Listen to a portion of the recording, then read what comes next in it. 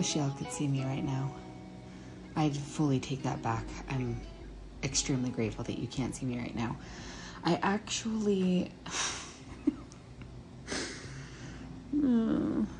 I just noticed how much chocolate that I have not only on my shirt and my forearm still, but also on the back of my hand on my knuckles. And I am wondering how much chocolate is on Scarlett's like baby pink duvet cover, because I just put her to bed. And I really thought my hands were clean. God bless America. This has nothing to do with anything, but this is my reality. Back to business. Aside from the chocolate fiasco, why am I like this? Y'all, we made it. Also, I'm fully aware that saying we made it is that's a real broad stroke. That's quite the statement. Did we make it? Aren't we making it? Y'all, we made it. Kinda. Did we make it intact and with like all of our feelings on her, and like, are we unscathed? No. The answer is no. But here we are.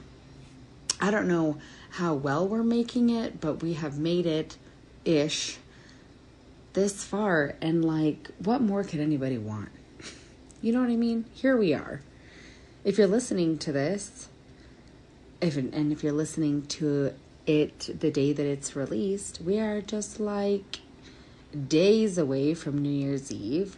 We're coming up off the Christmas holiday. God bless you.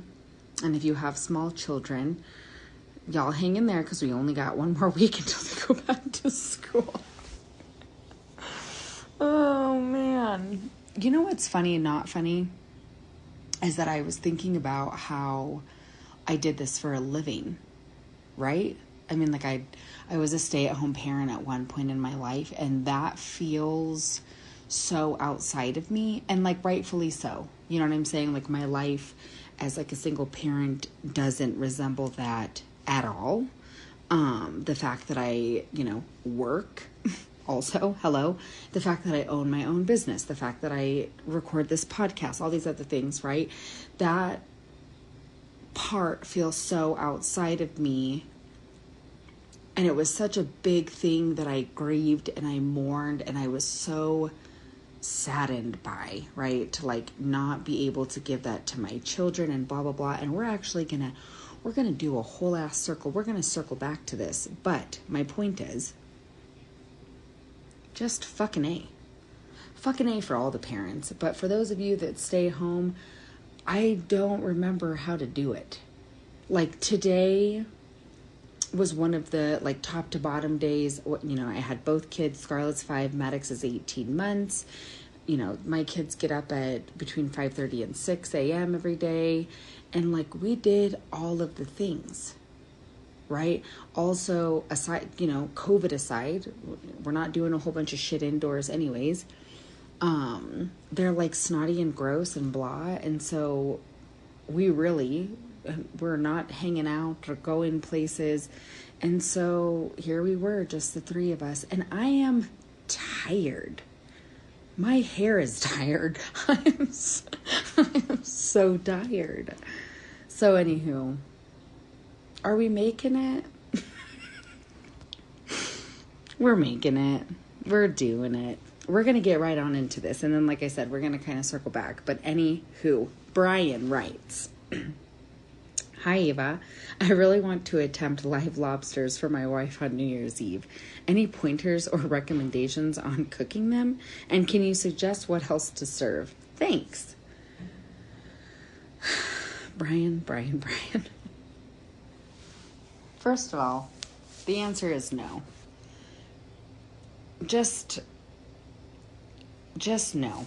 I have no pointers. I'm so sorry. I was like, I'm not going to answer this question. I'm just going to email this guy back because I'm completely not helpful. But I actually like reading these ones out loud when I am a garbage bag and I have nothing to offer you whatsoever except for, number one, absolutely not.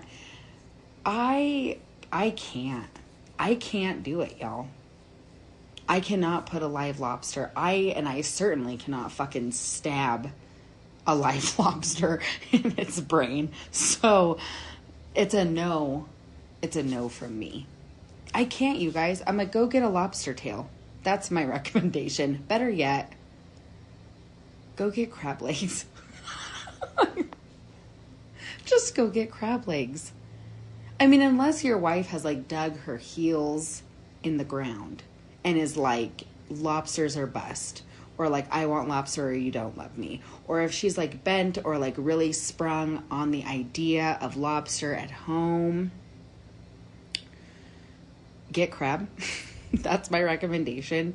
Or like, get lobster tails that you just have to warm, similarly to crab legs. Don't fuck with that.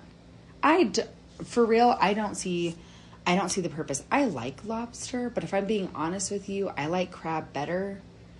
It's less fussy. Get a lobster tail. And I am so sorry that I am not more useful in this regard, but I cannot. I can barely like pull the beard off of a mussel. I mean, I've only done that like twice in my life because it makes me emotional. I know that's really hard for all of you to believe, but I just, no ma'am, no thank you. I'm not doing that. Go get crab legs. I promise. She will be thrilled. And if she's not, that's a whole other conversation. You can write to me about that instead, okay? In regards to what you're serving alongside of it, I just like had the same go-to, and I'm sorry if you guys are like, bitch, please pick something else because this is tired, but like, just have a surf and turf moment. And if your wife does not turf,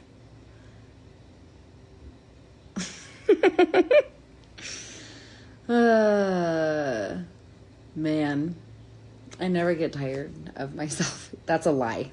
Anyways, I would just like do a nice steak, and if she's not about that life, then staying with the crab leg.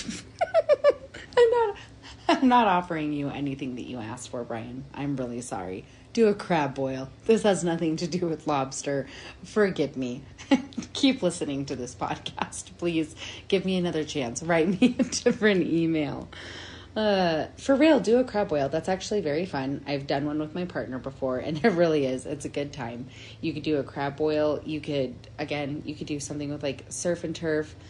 Do a bougie potato. Y'all know that I love to talk about fondant potatoes because everybody loves them. Or you could just do like a big ass salad. I do not love sweet salad. Let's have a moment of silence and also pause so that I can explain myself. Like dried fruit in my salad on occasion. You know what I mean? Like a dried cherry, maybe a dried cranberry. Sometimes. It's not my favorite. A raspberry vinaigrette? No. No, thank you. You know what I really do like, though, especially this time of year with the citrus, is like grapefruit or mandarin segments in my salads, like some massaged kale, and I keep it real simple, especially if you have like really good quality olive oil and like some Maldon, and just, it's like bright and light, and I love that kind of a salad. Steer your boat that way. What a dad joke. Anywho, Brian, thanks for listening to the whole however many minutes I just banged on about nothing that you asked for advice on. I appreciate you. Don't kill the lobster. Eat crab legs. Oh, man. Ooh, Leslie from Newark wrote me one of my favorite things to bang on about, and that is restaurants in Denver. Hey, I'm coming to Denver the second weekend in January, and I can't wait to eat. What are some of your places for food and drinks in the city? I could bang on about this for quite some time, but we'll keep it brief. Okay. So my favorite ramen place is Uncle, which is in the Highlands.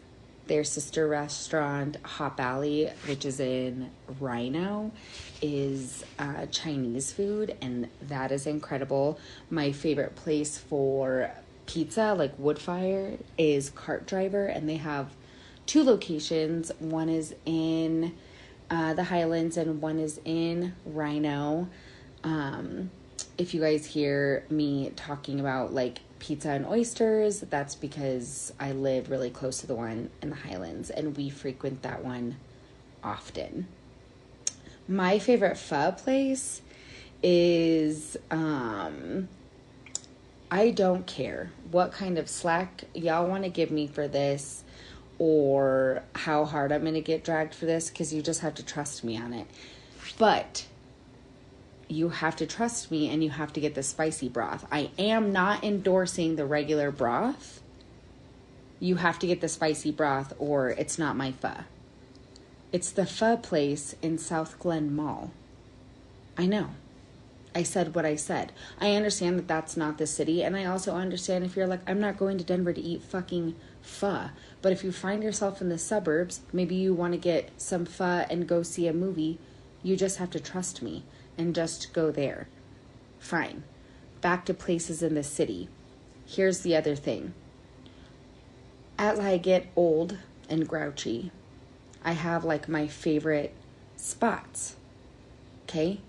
I have like my favorite things, and all of the times that I have like also like hashtag COVID times. What I'm trying to fucking get at is that there are so many places that I have not tried that I need to try. Like I used to be everybody's go-to girl for restaurants, and now that's not a thing. So hush it. I will tell you all my favorite spots, but understand also that there are like so many places that I have not been yet. COVID's weird. Best brunch, Annette and the Stanley for sure. Love that spot. I have never actually been there for dinner. Have been there for brunch several times. And that concludes my restaurant recommendations. Honestly, start there. There are like so many places that you can like stop in for like cute snacks or whatever, but everything that I just recommended is like some of my most favorite. Super Mega Bien, which is working class sister restaurant, is also good and fun and interactive. Sushi spots, Mizu Sushi, which is in the Highlands, is actually really good and I feel like is a little bit of an underdog. Also, Sushi Den is like the most well-known one in Denver. Also really good. If you want more like deep dish pizza, Blue Pan is really good. That's all I got. I'm sorry, y'all. COVID has me like, you know, I'm not there anymore. Call me in 2024, hopefully. Is that ambitious to think that we'll be like on a different level? Drinks. How could I forget about drinks? Go to the Block Distilling Co. in Rhino. 2 people that I love dearly work there. I hosted a market there last weekend. That was so cool. It's a distillery. So like you're not going to go there and order a Bud Light. Okay, don't go there and embarrass me. Don't do that. You're not taking shots of J-Mo or Patron. They don't have tequila. Go if you like gin or vodka or whiskey, bourbon, or they have fire coffee liqueur. I promise. Also, another cute spot, because you asked for cute places, is actually Fort Greene is super cute. And I was just there for the first time. Also, there, again, I could recommend like 2 billion places just because, again, people that I love are in the industry. And I haven't been to any of these places. I could throw a rock at Zuni Street Brewing. You can go get a beer there. The end. That concludes my recommendations. Oh, man. Okay, we're getting back on track. I just wanted to kick my shit in over man, you should have written down a better list because you're slacking. Anywho, one of these days, y'all, when we're not just real deep in COVID, I'll get back to it. I'll have better recommendations someday.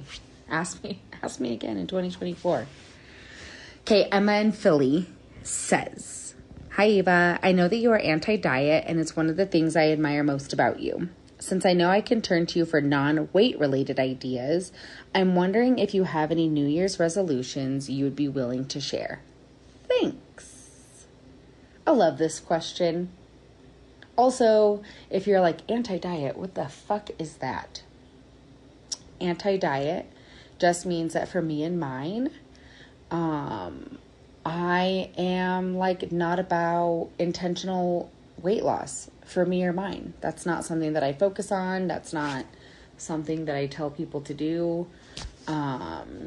It's not a conversation that I have with my kids, around my kids, for my kids. Do you get what I'm saying? Also, on that note, though, I believe in agency and autonomy over your own bodies and your own lives and whatever the fuck you do under your own roof. And if that feels great to y'all, dope. That's cool. I don't judge y'all. Everybody can make their own decisions. This is just about me and mine. I also come from a long line of lifetime dieters, and I myself have had major issues with eating disorders, disordered eating, body dysmorphia, all the things. And over the last 3 years, honestly, that has not been a thing for me. And that's because I stopped dieting. The end. There's a period at the end of the sentence, and that's where it ends. And so I've never felt better inside of my body and inside of my skin and inside of my brain. I've never been more creative. I've never felt like I've had more time to do the things that I love and connect with the people that I love. I have never felt like I have had more time to reconnect with food in a creative way, in a playful way, in a meaningful way. And so again, my house, we don't talk about bodies.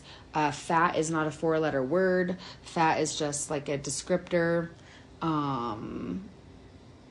You can see where I'm going with this, hopefully. And again, that this is not, I'm not a fucking doctor. So you do what feels best to you. You do what y'all figure out with your doctor. And for me and mine, we are an anti-diet household. Amen. Anyways, back to New Year's resolutions. Yes and no. I know. She's so gray, as usual. I don't know if I necessarily set New Year's resolutions as much as I pick 3 words, right? Which I know is becoming more popular. And I also just kind of check in with myself. I guess I don't know. I mean, I guess that these are resolutions. I guess in my brain it feels like a 2022 vision board. You know what I'm saying? So I don't really approach resolutions with this sense of I almost said a word, but I feel like I was maybe making it up. I'm not hella rigid when it comes to, because I feel like that sort of takes the intention out of it. You know what I'm saying? When you're okay, I'm without a shadow of a doubt, I'm absolutely going to do this and I'm absolutely going to do that. I feel really passionate about the words that I've chosen. And until I actually read this, I was not planning on going public with my words for 2022. But now, why not? But I just I feel passionate about them, it's something that I think about often. These words are something that I meditate on, that I have written down, that are meaningful to me. And so, which I will get to. Obviously, you're like, come the fuck on, woman, just say what the words are. I will get to it. But in terms of actual what you think of resolutions, I actually want to get back to moving my body in a more intentional way. Over the last couple of years, I'm not weightlifting as much as I used to, which I really miss and love. And I was super grateful to get a very discounted memberships for me and the kids at a YMCA that's local to us, but it's actually pretty far. And so I have not been weightlifting. I mean, it's pretty damn far in terms of how far are you going to drive to your gym? I actually have driven, upwards of 15, 20 minutes to a gym just because I really liked it. Also, again, with COVID and whatnot, here's the deal. You're bitch, you're making excuses. You're kind of right. I actually don't mind doing some stuff. I really love hiking. I walk a lot now that I live in the city. I do yoga. And weightlifting is one of those things that I really fucking do not enjoy at home at all. It's not my thing. But anyways, I want to just move with more intention. I love exercise, actually. And I discovered that once I stopped dieting forever. When I broke up with dieting, I found that I really enjoyed exercise in all forms. And so I really want to get back to that. It's something that I still do, but I would like to do it more. And so I guess that's one of my resolutions. Another one of my resolutions per se that I've been thinking about is,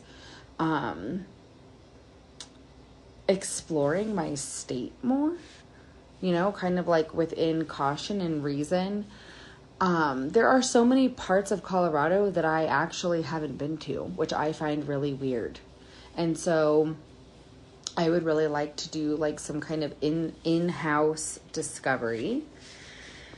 And then there's some other ones that I'm kind of keeping a little close to the chest. Shocking, I know, because I talk about everything, but I have been, this year was a heavy fucking year for me. Actually, while I'm recording this, I moved out of my ex's house a year ago today. And in this year, I have done so much self-discovery and self-reflection and just, connecting with self and understanding why I think the way that I think and I do the things that I do, and really kind of digging and swimming around in some of my trauma and my mother wound, and just, it's been a year and I've been so grateful for it. And also it has been exhausting and taxing at times. And there is no way that I would still be standing on 2 feet if it weren't for the fact that I have been in therapy weekly, most of the time weekly for this entire year, almost since February. And so I'm kind of recommitting to that. I think both of us were kind of oh, okay, after 6 months or whatever, we can reevaluate. And I'm nope, she still needs to go weekly. And that's, that's one of those things that I know that I have to prioritize, and that I have to do for myself. And so you can consider that one of my resolutions. And without further ado, the words that I have chosen for 2022 are, drumroll please, abundance, ease, and trust. When I picked these, one of the things that I have reminded myself and that I continue to remind myself of, and I know for a fact that there are like memes or whatever that say the same thing, but like basically to summarize, it's, everything that you're doing or that you have right now is something that you prayed for or wished for or thought about at one point, and I have to constantly remind myself of that. And when I say constantly, I mean like every single day I have to check in when I'm like, doing this thing of creating this story in my head of how it's not good enough or how I'm not good enough or how I'm not doing enough or I'm not creating enough or I'm not making enough or I'm not further along in my business or whatever the case may be. I have to come back to that place and remind myself that like, holy shit. You are where you dreamed about being a year ago, and so I do that often. I think about what I want this next year to look like, and that's what I want. I want more ease. I want abundance as a broad stroke across the board, all areas. I'm not just talking, from like a monetary standpoint, but just we're broad stroking it. And in regards to trust, I'm going to keep that close to the chest too. But I have discovered that like some of my trauma from my childhood and on is like my trust issues are weird and are like about weird things and, are like in a direct, like I trust issues with my own self, and so I really want to kind of embody that. And I offer that to y'all to like think about, what do you want this next year to look like? And what are you also going to do to get yourself there? And that's kind of the stuff that I will like kind of keep in my own back pocket. But there you are. New Year's resolutions. I was having a conversation the other day with an internet friend of mine, actually on Instagram, about what some of my favorite things that I have done in the kitchen this year. What were they? And the truth is like, yes, I have favorites, obviously, and I'll share them with you. But as you can imagine, and as I have said several times on this podcast, is like my life looks different. It looks a lot different. It operates a lot different. The meals that I cook are even a lot different.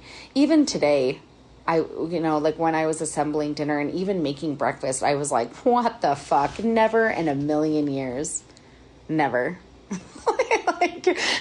I was like heating up frozen waffles this morning. To be fair, I was like real jazzed. It's just a couple of days before Christmas. And I was like, all right, damn it, we're having a good Christmassy day today.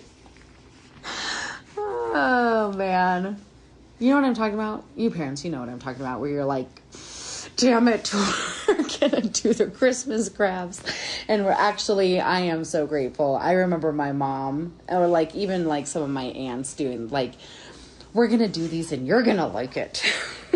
Like, honestly, today was actually a really good day. And I'm really grateful that everybody, both of my kids and myself, like we were pretty cruisy and we genuinely like enjoyed each other's company today. But you know what I'm talking about, where you're like, damn it, it's Christmas and damn it, we're having a good day. And so I was like, Mooney, let's make, like, I could make Grinch pancakes this morning. And she was like, "Meh, what about a waffle?" And to be fair, like, I don't have a waffle maker, y'all. I mean, when the kid asks for waffles, she's absolutely talking about frozen waffles. So I was like, okay. I put some sprinkles on those bad boys, green and red, bam, Grinch waffles. Highlight of 2021 in terms of cooking. Anyways, so my cooking looks different than it has in the past, right? I have not done a bunch of project cooking, and because of the year and because today is the anniversary that I moved out, you know, I was looking at pictures from when I first moved in here, and goddamn, when I tell you that I cooked to heal, and I cooked and baked through like my grief and my feelings and my anxiety and whatever, fuck. Sometimes I am like, damn, you did that. And other times I'm like, why the fuck did you do that? I mean, I really did though. It was like I really did.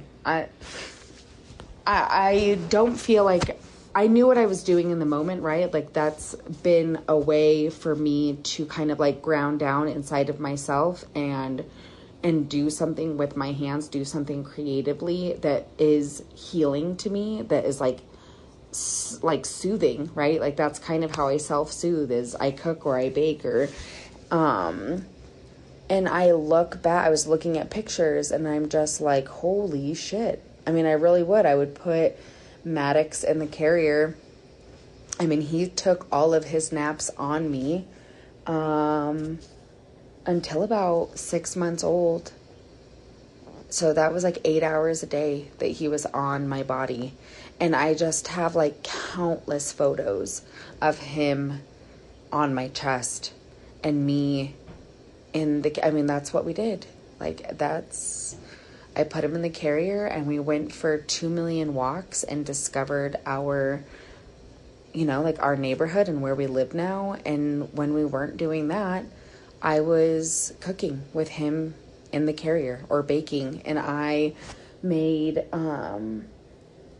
like 4 days after we moved in, I made like Taiwanese beef noodle soup, which is fire, which is so good.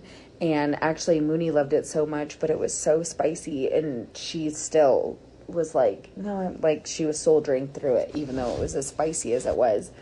But that was actually one of my favorite things that I have made, you know, like hella ingredients, a little bit more like labor intensive on the front end, but like so good, and made so much soup. I'll never forget like freezing and being like, damn, this is kind of cool.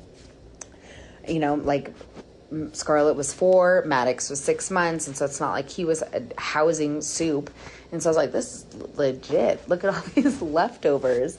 But for sure, that was one of my favorite things that I made.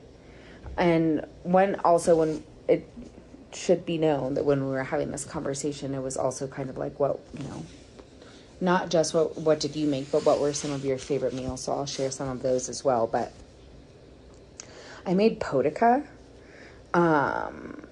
And again, that was like one of the things that is like, why are you making that? And why are you making that right now? Like, bitch, we hurt you. You need to like heal and you need to do some grieving. But like, there were so many times where I would start something and like, hello, you have a 6-month-old, or hello, you have a 4-year-old. And neither one of them was in daycare until April. And so we had lots of months of the 3 of us. And I'll never forget making potica and then eating it in the bathtub later that night after I got the kids to bed. And that was cool. That was actually really good. I love cinnamon rolls. And if you listen to last week's episode, yes, I'm making them for Christmas. Remember, I was like, yes, no, yes, no, yes. I'm going to do it. At least, like, I literally have cream cheese on my grocery list for frosting. So you can still check in just to be sure. but they're on my list. And that's always one of my most favorite things. And my list this year in terms of things that I made is so humble, y'all. It really is. It is, like the year before that, I was like, bam, bam, bam, bam, bam, bam, bam, like rattling off all of these like labor-intensive, impressive meals and desserts and breads. And I'm like, this year I made banana bread. I didn't even make banana bread this year, y'all. I made banana bread scones. Does that count for the bakery? Those are actually fire. I love those. It is humble. And honestly, for the first time ever, and honestly, like the first time this year, like I'm cool with that. I really am. I did all of the cooking and baking through grief. And the truth is that I still do it to some capacity now, but it is like much smaller scale because I don't have spoons for that. I don't have tablespoons, no pun intended. One of the first meals that I made, for Jess is memorable because I threw away a bunch of food. That's not one of my finer moments, and I understand that perhaps I did not need to throw it away. So don't drag me for that. I actually am like real conservative when it comes to food waste, but I did. The cat's out of the bag. I wasn't pleased with it, and I was hella frustrated.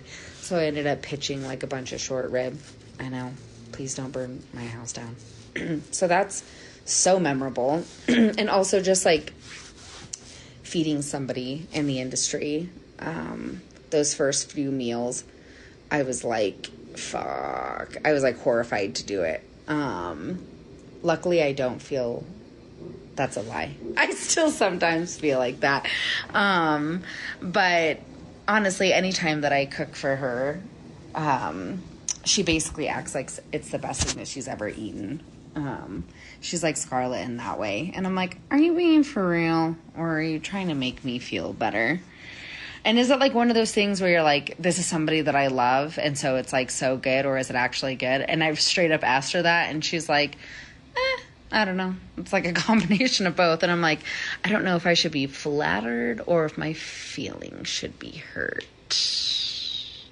And also, like, some of the stuff that she's made for me has been, like, the first time that she cooked for me, she did not know that I did not like cooked fish, which I, like, it's not my favorite. And I have always said, and if it is, like, it better be whitefish, it better not be salmon. And that was actually the first thing that she ever cooked for me. And when I told her this, the look on her face, I mean, like, it looked like she wanted to walk into traffic. And honestly, y'all, it was so good. It really was. Like, I mean, it's been months and months and months, and I, like, don't have a reason to bullshit, but it actually really was. Also, when we started doing pancake pajama party, who cares? Like, I understand that, like, please stop. It's just pancakes. But, like, that was such a bright spot in our weeks when we really needed it at some, like, the height of, like, big transitional periods in my life and in the kids' life when, like, everybody's anxiety was really high. And so that offered, like, a lot of levity and was really good. And I'm really glad that we started implementing those. Some of the meals that we ate in Oregon, like, that was hands down, like, some of the best food that I've ever had. Easy. And then just, like, some of the foods and, like, the meals that I shared with, like, friends at the farmers market that I was a vendor at this year. We're at City Park Farmers Market. I am really grateful to say that I have, like, a lot of really great food memories this year, like, whereas last year I really did, and the year before that in 2019, I did, like, a lot of cooking and baking through my grief, and I still experience some of that this year, but I am happy to report that, like, a lot of the meals that I made or shared with people or ate with other folks were, like, either from a place of love or to a place of love. You get what I'm saying? And so I'm really grateful for that. So I hope that you either did also get to experience something like that this year, or that the same is on your horizon sometime soon. Happy New Year, y'all. I'll see you next year. I hate when people say that. I'm so sorry that I said that, but I will.